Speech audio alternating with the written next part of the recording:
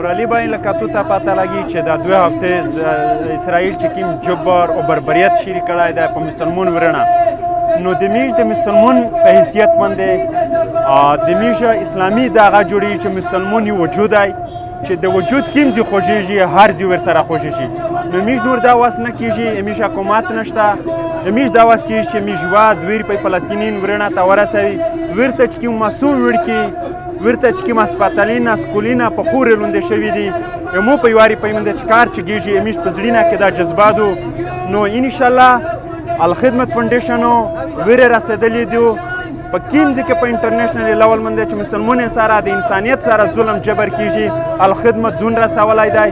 نو د وزیرستان د خلکو نه موږ دا ریکویسټ کوي چې موږ دلته چې په مسلمون په کوم کونج کې وي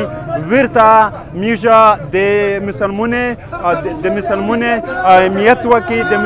مسلمونې په څنګ راون شي نن دلته موږ په وزیرستان کې په خوره کې موږ کوم لګولی دی د خدمت پوره د غذا د پوره چې اواړي کې یتیمون موږ په روچه کې اته دوایي ورسوي هغه ته موږ میډیسن ورسوي هغه ته خاروق ادوایه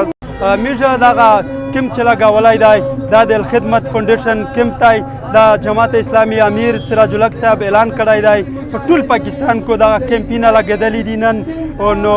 په دا وجه باندې موږ دلته کمپ لګولی دی دا یوه روپیو الخدمت درېمي د موږ مرکزي الخدمت درېمي هغې نه توس ولیدل چې ورا دی ته سمندي نه ورسېدل او دا یوه روپیو فلسطینیون ته رسېږي چې دلته کوم خلک ورته اچوي نو دا موږ انشاءالله فیصله کړې دو چې